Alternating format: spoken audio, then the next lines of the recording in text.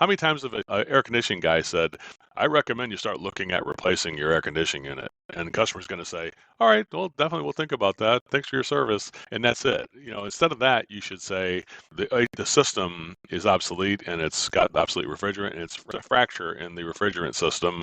There's two things we can do. We can get you working today. I also have made up prices to replace the system. I'm going to tell you something. The replacement of the system will be less money out of your pocket if you just did that. If I fix it, you're going to pay me to fix it, and then you're going to pay me to replace it when it's an emergency, and that's going to cost more. Now, if you just replace it now, it would be less money, and it would be a monthly payment. I wouldn't have to charge you on the spot for that. So why don't you take 5 minutes and think about which way we want to go here. You want to fix it or you want to replace it? I'll do either way you want. Running a home service business is hard. So how is it that some people make it look so easy? Well, we'll tell you.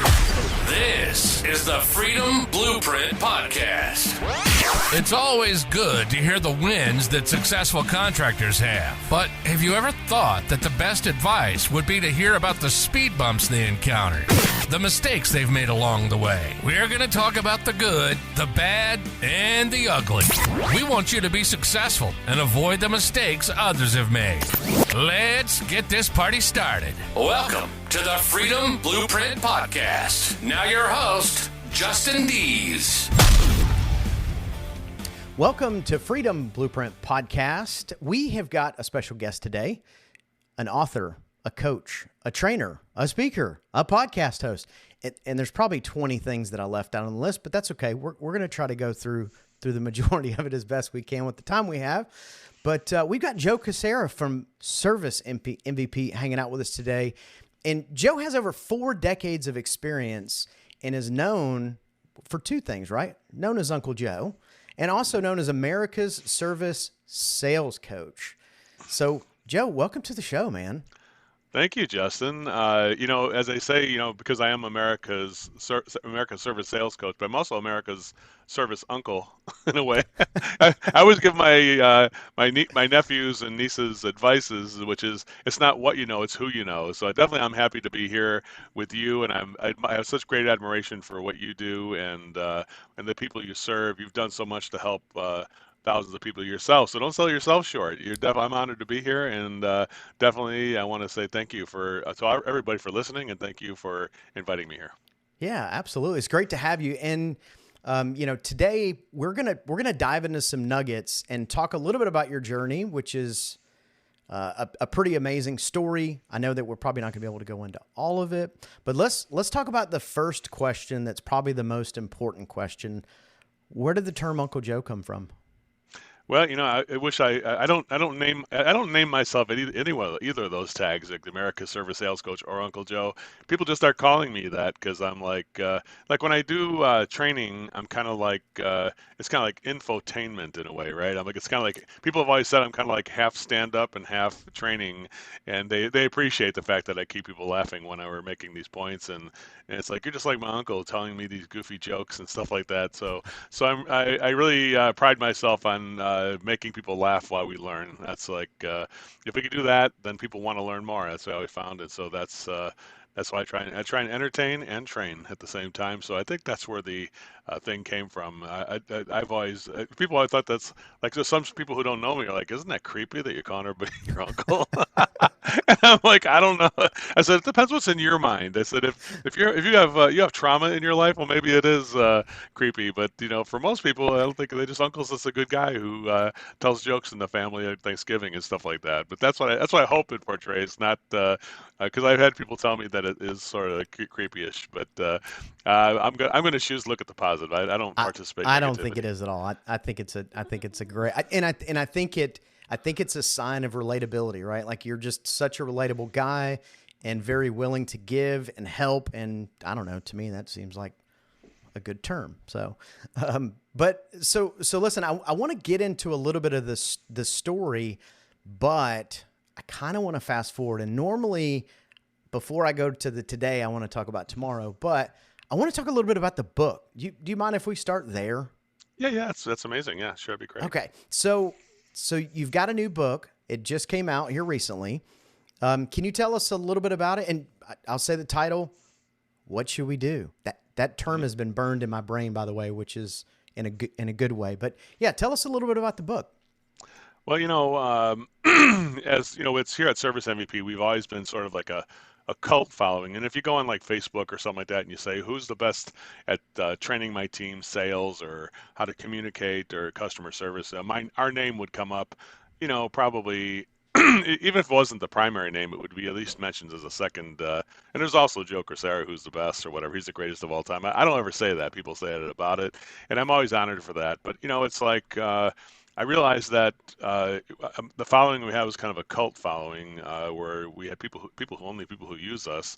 So I thought I was going to take these timeless thoughts that I know are successful, and that people use the material in the book, that they can become successful for a very low price. And heck, even I'm going to give everybody a promo code later on that you can get the book for free if you pay for shipping. And my idea is to get the material, the legacy material we teach, the science of pricing, the science of connecting, how to diagnose a whole system, how to create premium, mid-range economy choices, how to bring it to a conclusion using those famous words, what should we do? And it's 460 pages, so it's like what do you call it? What did they say that Ted Kaczynski made? It was I forget what they call Oh, it. what do they call it? The The, manifesto or whatever? the manifest. It's like Joe's manifesto on service, I guess. It was much more positive than Ted Kaczynski, but nonetheless, I think that's my manifesto on how a service experience with the client should be done. And there's also new modernizations that happen to it. So I'm really happy that we put about, we got a lot of money into it, and we got a lot of time into it. We put about 3 years into this, and we had Helena Boucher, who my ghostwriter, who wrote the thing, and she went over,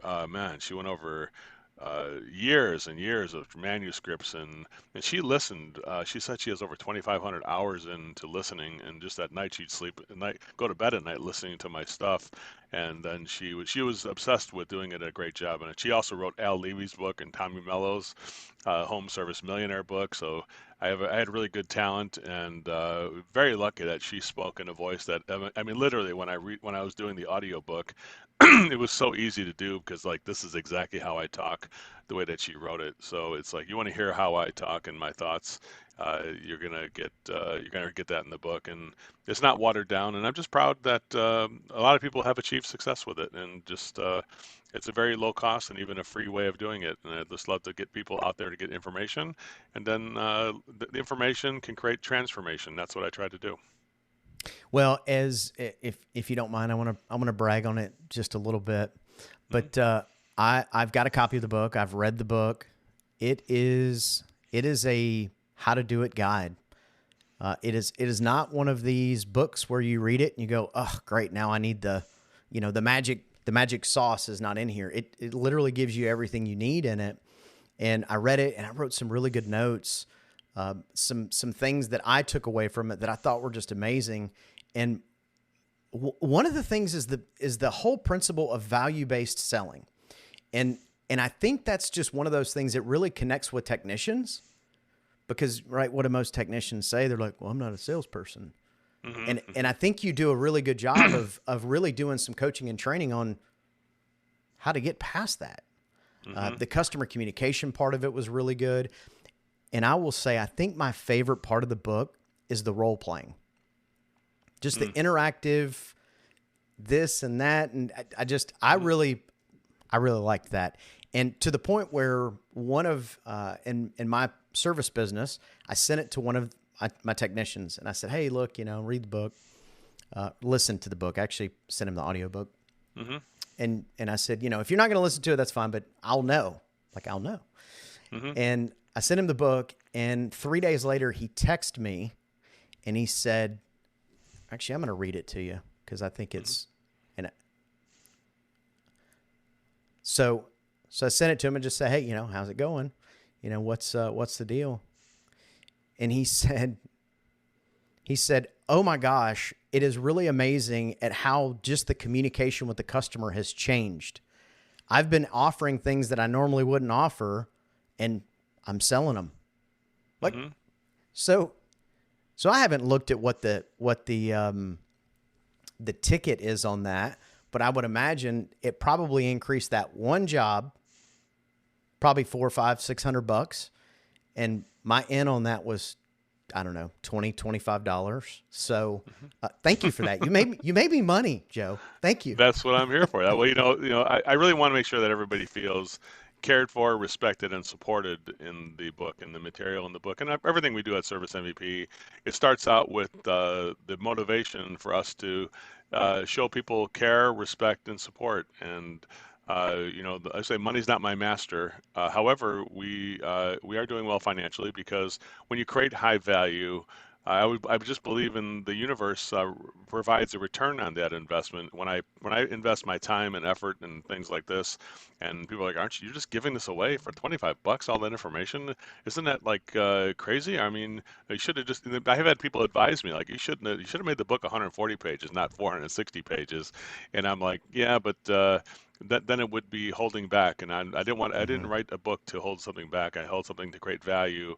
And listen, if one guy does that, that's like the beta test, and it's like, why am I not having everybody do this? And that's why we've sold over, almost we're going on close to 10,000 copies of between the audibles and everything like that on Amazon, because we are, we're providing value. I think in the book, one thing I'm really proud of, Justin, is that the book has increased sales month after month after month. I looked at the sales curve on everything, and it's far. We basically tripled this month's last month's sales, and in September or go in October, in August, I meant, has tripled what we did in the first launch on March. So definitely, we're very proud of. A lot of authors make a book, and you know how hard it is to make a book, but then the sales die after the first month, and we are very proud that the sales have grown and grown because I think it's people like you who tell your friends and your coworkers, and like everybody needs to get an Audible. Why am I for 19? Because I think the Audible is only $19. So for $19, why am I not giving everybody? Everybody should have an Audible on this thing, and just Windshield University, listen in the truck between calls, right? I So was going that's to good. say Automobile University is one of the most powerful tools that is lost in the service industry a lot of times because you have all this windshield time. Why not learn and educate yourself? If there's, and I know there's some technicians that do listen to the show, and so which if they're listening to the show, they're probably the ones that participate in Automobile University. But Mm-hmm. yeah, this is one where plug it in, and if you're for technicians that are performance paid, this is also going to make you more money. Well, And if you thank have you an so Audible much for account, it doesn't even cost you anything. Like it's free if you have an Audible right, right. That's account. right. It's Yeah. free. Yeah. Well, Jeez. thank you so much for investing Yeah. in that by sharing it with your technician. And definitely, it's people like you who are the foundation of what I'm trying to do here, which is help American and international service people, create value and feel worthy of. Having people spend a high investment on their service. I really believe that the people who work, at the companies you own and the places that I work for are the hardest working people in the world, and they've been undervalued for years. So my mission is, and the cross I'm moving through the streets is to make sure that this is going to increase the value of people who purchase a service from a service professional, rather than people trying to save money or go cheaper on things or do it themselves. Even if you hire a true service pro, that's like the best investment you're going to make in your home. And I think we need to educate the public and the service provider at the same time that this is really true, you know? Oh, I love that. That's good. And yes, you're 100% correct. We have done ourselves a disservice by undervaluing what we do. So yeah, thank you for making that your mission. So obviously today, service MVP, um, helping contractors, but how did all this even get started? Well, I did, I know what you do. You buy businesses or you start businesses and sell them. I sold my business in 2001. But actually, it really got started before that. When I first started a business, I had no idea how to run a business. I just knew how to do heating, cooling, and plumbing.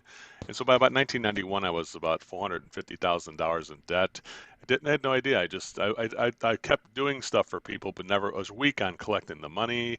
I was weak. I was like, I did whatever the general contractors or people like that told me to do. Yeah, wait for your waiver of lien, or wait, we'll pay you in the next job if you finish this one. Like I was a slave to other people financially because I wasn't strong enough to do what's pretty obvious, that you shouldn't start working unless you get paid, unless you're guaranteed that you're going to get paid, or secure the payment first. I mean, that's a lesson for today. If you want everybody wants to say golden nugget, don't start working until you secure the payment, right? It's like, and don't fall for the promise that, hey, send us a waiver of lien and we'll pay you. It's like, no, pay me, and I'm not going to release the lien until you pay me. It's like the general contractors are famous for like, hey, send me the waiver and I'll pay you. It's like, dude, that's not how it works. You pay me, then I'll release the lien on your house. I'm not going to release it until that. So think about the normal things that we become slaves to, consumers, and I always say, consumer beware, but I really think it's contractor beware of the scams that happens to contractors. That's what happened to me. I fell 450,000 in debt, and it was hopeless. One of my customers noticed. He took pity on me. He goes, Joe, why are you always trying to save people money on stuff? Why don't you show people how to do something better? You're a really good technician, but you're always trying to do it cheaper. And I said, that's what people want, Dave. He goes, no, it's not. People want premium stuff. And I'm like, how are we going to do that? And he showed me how to tier. He showed me the science of pricing, how to do tiered, premium, mid-range, economy choices on every single call. He told me about. He gave me the belief about pure motive service, that you can't do this to make money. You got to do it to do the service of offering people all the solutions. And if you offer all the solutions and you believe in the solutions, because number one thing I would say, everybody here, if you don't believe in your own solutions and the price you're charging for it, then there's no hope. It's not, even if you do it right, it's not going to work because you don't believe in the service you're offering. So he showed me a little bit about how to add some Dale Carnegie training and things like that I need to work on myself, right? Science of pricing, work on myself, and immediately, just like your technician, things changed. And I wound up 10 times the amount of, I was out, my average ticket when I first started out doing that was $125 on a service call on average. I wound up averaging about $1,200 in about 30 days after I started doing this. And then I could see the clouds part. In 1991, I was $450,000 in debt. By December of 1994, without any outside loans, because nobody's going to give somebody loan who got that far in debt, I was debt free by December of 1994, and it was all because of the additional service I sold on top of the service that's needed. I sold other things that were going to be needed, the things that are going to be needed in the future, like 5 years of service, 5 years of warranty. Just think of this, guys. If you're selling filters, pads, and UV bulbs, you should be selling a 5 or 10 year package of that, so people have that stuff in the future. When I did that, it was the lights just went on, and then I said, "This is what we're doing." And so, if anybody tries to argue with me, like, "Oh, that book, that's a bunch of crap," I'm like, "Listen, I don't care what you think. That book changed my life. It's the first life it changed. So, the material that's in that book, it goes back and tells you those stories, and that's the cool part. That's why people think there's a ring of truth in the book, because it's like, yeah, you can't make up a story like that. It's just too specific, right? It's like you can't rewrite that one. And then so by 2001, I sold my business, and I tried to sell the books, like the operational manuals, like Al Levy does. I was trying to do that, and then people are like, I can't afford it. I'm like, well, why don't you just do the? I did what Dave, my friend, told me. He's like, why don't you do premium mid-range account? So I just started realizing that was my thing. Like I tried to do something else to try to get into the scene and sell some books, but then February's like, dude, you just need to tell people how to train them how to sell, and so that's what it turned into that. And if you had told me, back in 2001 or 1991 when I was that far in debt, that I would be like the leading sales trainer of service contractors in the entire country, I would say you're so full of crap. There's like no way. I didn't even like speaking in front of people and things like that. So it's like for me to be on this thing, it's a the personal development in myself. I'm sometimes astounded at it. Like, man, I can't believe how I used to. But that is true though. One thing about it is it gives me empathy. So when I do see somebody like, Joe, how do you deal with these guys who don't believe in what you're saying? I say, listen, I didn't believe in what I was saying. If you had told me this in 1991, I wouldn't have believed it either until I was it took me $450,000 in debt to listen to somebody. And what I really love are people like you who are successful, who don't have to be in debt, and you're taking on something new. Like so many, it's like people who have had effect on this training, like Dave Geiger from Horizon, Ken Goodrich, these are people who have endorsed my material because they realize that this is the truth. And it's like a who's who. I'm like Forrest Gump of sales trainers. I've been involved with so many people, and I can't believe that I'm always kind of at the center of some people's thinking, and it's just an honor to do that. I didn't do it to be a star. I did this to help people become stars. That's why we call it Service MVP. We want to try to make everybody a Service MVP so they can be the most valuable player for your customer and your client. That's what we try to do. So you gave us a little bit of a nugget a little bit earlier, but let me ask this. So going from that transition of being a contractor, you've been in the trenches, you know what it's like to struggle. You know what it's like to be in front of a customer when they tell you get out. I think that's another very important, very important key. So Hmm. what is kind of a low hanging fruit nugget that you can think of for contractors that are missing?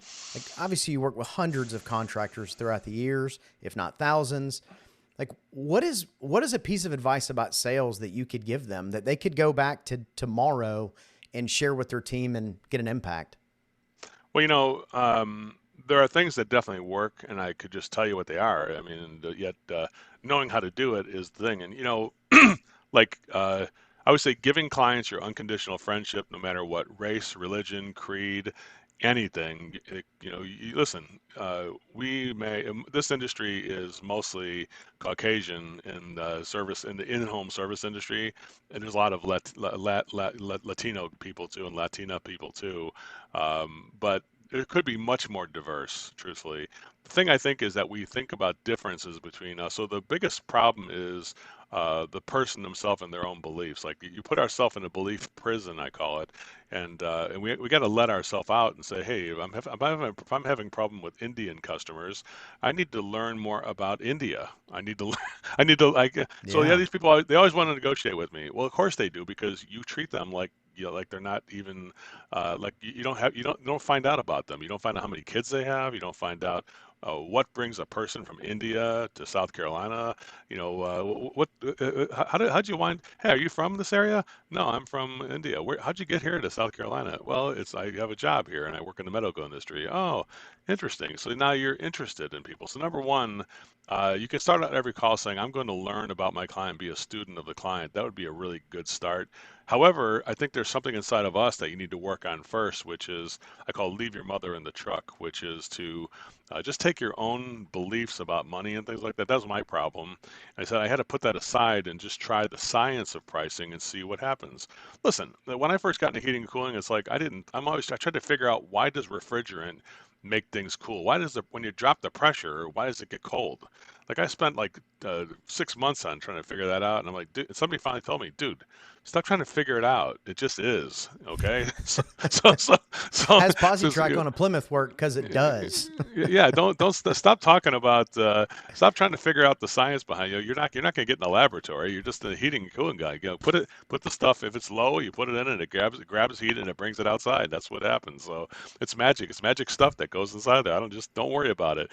And so the same thing with the science of communication. If you say, there is source material. If you want to dive into it, you can. We actually put some of it in the book, so we don't hide the resources. But I would say number one, become a friend with every single person, no matter who, race, religion, gender, whatever it is. You're going to give them your friendship. And then that means you're going to care about the person enough to solve the problem, not just now, but also to solve it in the future. Now, how you solve it in the future by looking at the whole system, fixing problems that are bad now, but also you're going to head off problems that are going to happen because you have obsolete materials or you have things that are not installed right. There's no duct sealing, or you got a plumber, you got a Orangeburg pipe in the front yard. That's going to fracture in the future if it isn't already. So we need to go ahead and tell people we can replace the drain pipe, but you don't tell them with words. That's lip service. Real service is writing out premium, mid-range, economy choices, and then tell the customer, hey, right now the drain is clogged and I have a way to clean the drains, but we also have a way to replace the drains. And if you want to look at both ways, we can clean it today and then replace it then this next week if you want to. But this is what is going to need to be happen because your piping is obsolete. If you're an HVAC guy, you could say, listen, we're going to go ahead and fix the HVAC system today, the cooling system, but the ductwork is unsealed and you're breathing fiberglass. Now we can fix that too, but why don't we go ahead and take today's thing and fix this, and then we can apply this toward the whole replacement of the system like that. So I'm really a big proponent of let's get something done and let's take what we did and trade it towards something bigger. But you have to write out that stuff. You can't just say, lip service is like, yeah, you should replace the HVAC. How many times have air conditioning guy said, you know, I recommend you start looking at replacing your air conditioning unit, and the customer's going to say, all right, well, definitely we'll think about that. Thanks a lot for your day. Thanks for your service, and that's it. Instead of that, you should say, Joe, actually, the system is obsolete and it's got obsolete refrigerant and it's a fracture in the refrigerant system. There's two things we can do. We can get you working today, but I also have made up prices to replace the system. I'm going to tell you something. The replacement of the system will be less money out of your pocket if you just did that. If I fix it, you're going to pay me to fix it, and then you're going to pay me to replace it when it's an emergency, and that's going to cost more. Now, if you just replace it now, it would be less money and it would be a monthly payment. I wouldn't have to charge you on the spot for that. So why don't you take 5 minutes and think about which way we want to go here? You want to fix it or you want to replace it?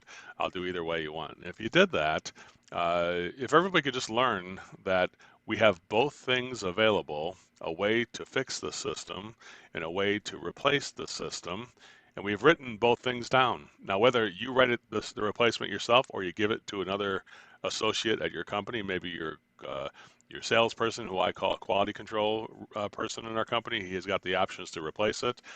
We have both things available right now. I told Ron back at the office that we have this issue with the duct leakage, so he has worked up complete system replacement options. He has some of the systems where we don't even have ductwork. We just do ductless on the second floor.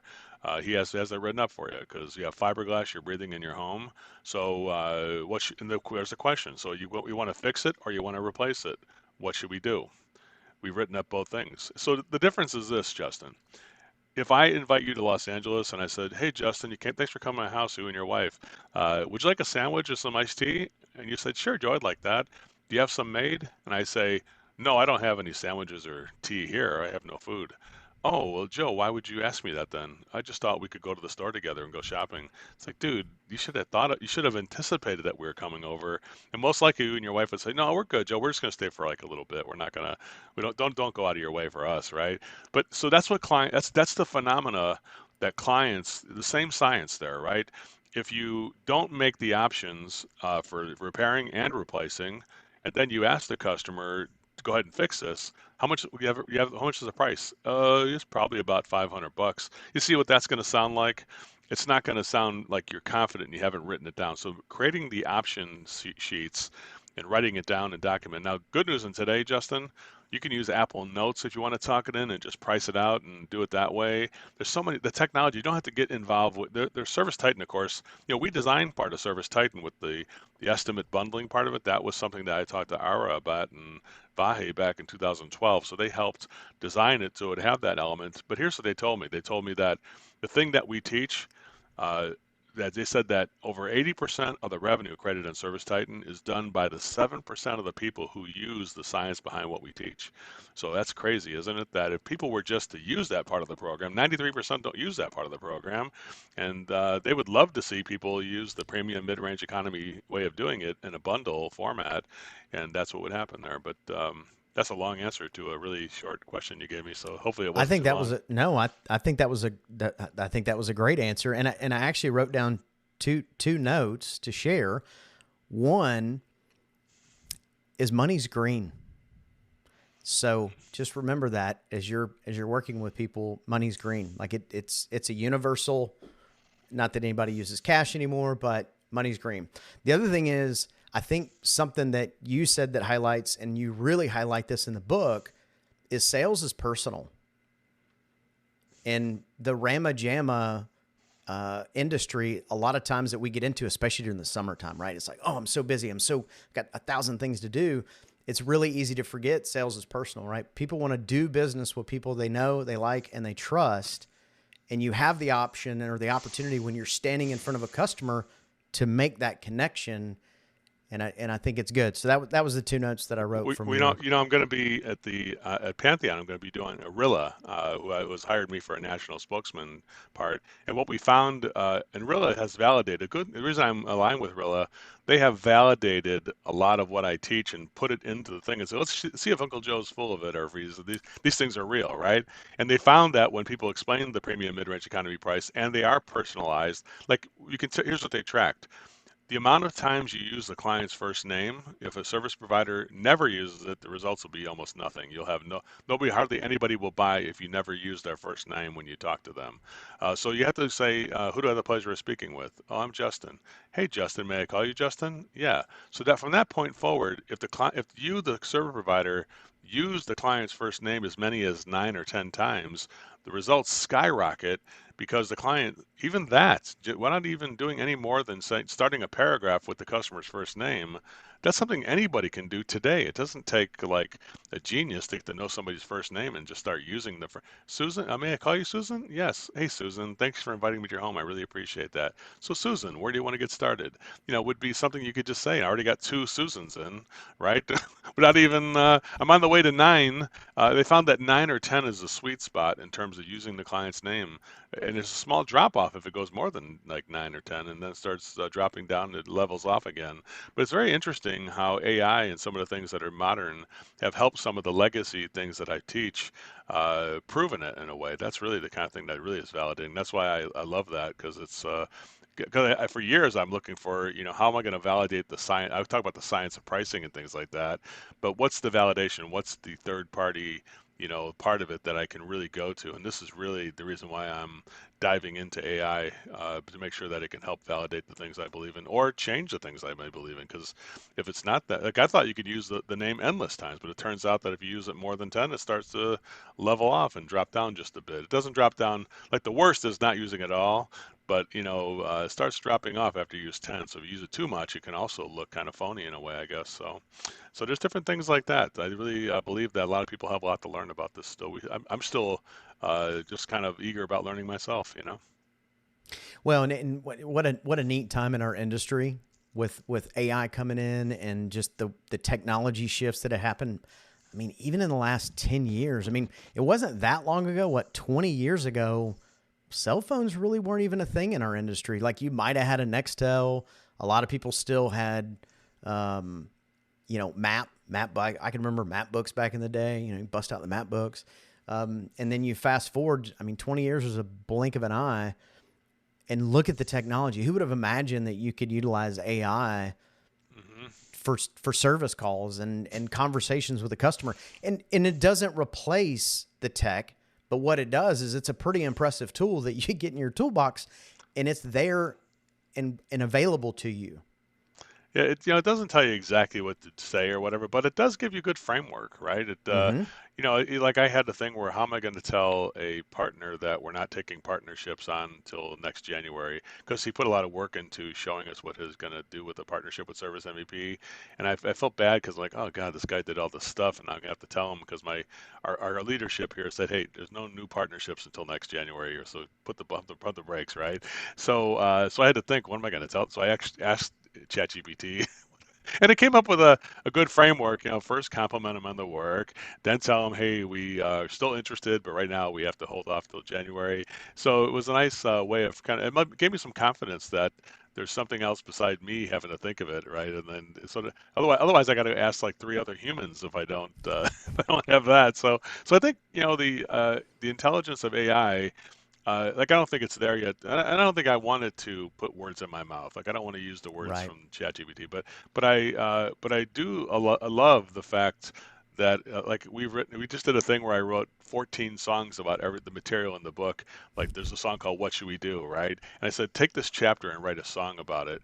And they gave me 4 verses with choruses and stuff like that, and I put it into another AI program that made a song about what should we do, and it's amazing. It's like like that's something that's it sounds like man the word it's like how specific that comes up with the words from that chapter, and so that's the kind of thing that although I feel bad for musicians because I probably would have had to spend like $200,000 to do 14 songs like that, but but instead I got it done for $89 for a couple different apps or something like that. But I think but then truthfully now we're thinking about hey we should hire a musician to actually perform these because I think it would be something that would be sounding a little bit better, so but it's kind of cool that it creates that stuff because who knows how if anybody how many go back and forth it would it take to create something that happened in about 20 seconds, right? That's just Yeah.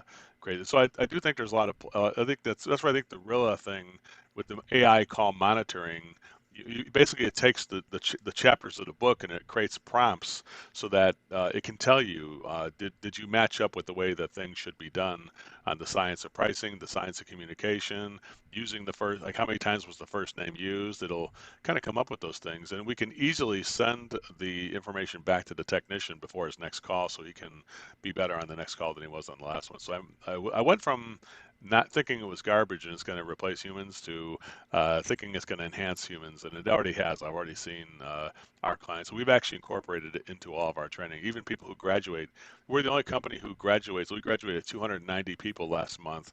Every month we graduate between 200 and 300 people here at Service MVP with the companies that work with us.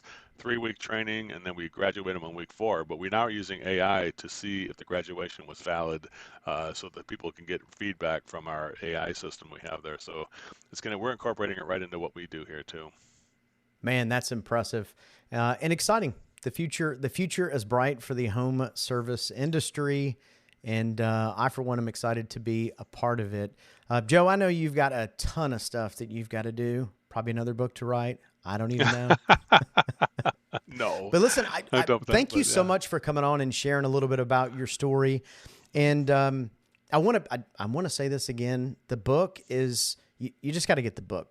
But how can people get in touch with you if they want to find out more and get the book? Well, if you want to email me, it's joe@servicemvp.com. If you put in the subject line free book, I will send you a link where you can get the book for free. If you want a paper book, it'll be a paper book for free, and you just got to pay for shipping. I think it's $8.95 or something like that for shipping to get the book to your house. If you do that, the book normally costs $25 on Amazon. We've sold over 3,000 copies this way, where people just buy it from the free book thing. My idea is to get the book in everybody's hands so they have a playbook and at least something they can evaluate the current way they do things, and to confirm what you're doing is good. If you're really good at sales, then this will help you confirm that some of the things and document some of the things you probably do well. If you're not good at sales, it'll give you sort of a playbook on things you can do to improve immediately the next day. And people are like, I'm not sales, but truthfully, even if you're a father or a husband, or you're selling your family, that you're creating value for them. If you have a good relationship with your son must look forward to seeing you, and you've sold the relationship between you and your son, right? And I didn't sell it; he sold himself, and I said that's exactly what I teach. I don't, I don't teach people how to sell anything. I teach people, the people we talk to, how to sell themselves on this relationship. Just like, Justin, you sold me on our relationship because I just met you today and didn't know that you had done everything like that and put the work in. And it makes me already feel like you've got my unconditional friendship for the rest of your life. You can't ever lose it. How's that sound? That sounds good. So That Joe at sounds good. servicemvp.com, just send a free book, or if you want to go to servicemvp.com and just take a free lesson, we have free lessons there. You can take up to 9 lessons for free. So, and then yeah, it's like then you're going to sell me something. It's like no, you're going to sell yourself something. I don't sell anybody anything. So, you're going to purchase more, of course, but I'm not going to push that on you. It's something you have to ask me for. Make sense? Very cool. Well, Joe, thanks so much for coming on. And again, I can't say this enough. You got to get a copy of the book. And now that it's free, I mean, come on, it's cheaper than a cup of coffee. So you got to do it. But Joe, thank you so much for coming and hanging out. Thank you so much, Justin. I really appreciate it. So pretty awesome time hanging out with Uncle Joe today and learning a little bit about his story, his journey, and really how he got to where he is today, which is, I mean, let's admit, like to come from that much debt to now being America's service sales coach is really a pretty incredible story. And I hope it inspires you, right? I hope no matter where you are in your journey, I hope you hear that and you go, oh man, I can get out of whatever challenge I've got going on. So one of the other things too is the book that he just released. I went through and read it, and again, it's a really, really good book. When you read the book, you're definitely going to come away with some tips and tricks. And if you implement them, I can assure you that they will work. A good playbook of how to really be a better. I'm going to say salesperson, but I think really, the whole theme with him is not necessarily about sales. It's really about connection and relationship and listening to the customer to understand what it is that they actually are wanting versus just them telling you what they need, which is which is cool. So then it also goes to the the strategies that he talks about from the premium, mid-range, and economy options on service calls. That was really insightful. I know that a lot of us talk about the good, better, best. I think that his approach has got a little bit of a shift to it, and I like it. I like the idea of calling it something that ties directly to the customer's pain point. I think that's just from a high level. I think it's a really good idea to personalize and let a customer feel like, hey, they're actually personalized what it is that my problem and how to solve it. And I think that's just really, really good. And listen, thank you for joining us today. And make sure you subscribe to the podcast, leave a review, and share with a fellow leader who could benefit from mastering sales and leadership.